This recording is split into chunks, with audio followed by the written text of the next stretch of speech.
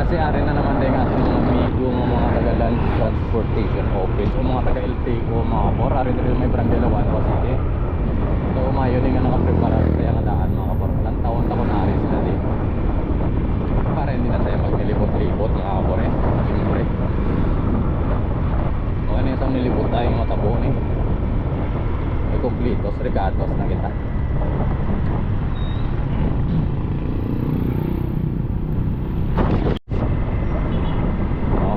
Mabor, malawaan na ta. Bisa diri sa may City Hardware. Check ta ko nara naman lang mga kontaw mga amigo talaga mga taga LTO. Kaya nakapormato sa buong ng taon sabi ng abilidad nila.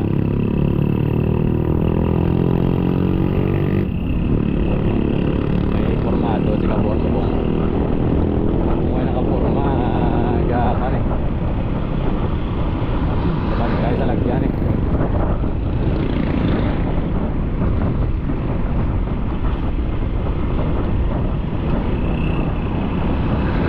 Yung mahawa na ako. Buhay medyo punto. Buhay na. Supat na sila pero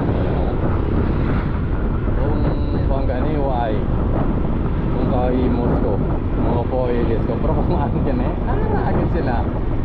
Ano sila yung maglita-lita. Kinalita-lita kasi nila. Ano sila ba eh?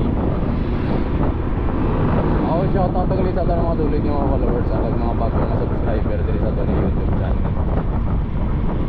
Shout out sa inyo na. Ari naman si Kapor nyo nga. Nag-bida-bida naman dito lagyan ng Rosity oh. Nagpabida-bida.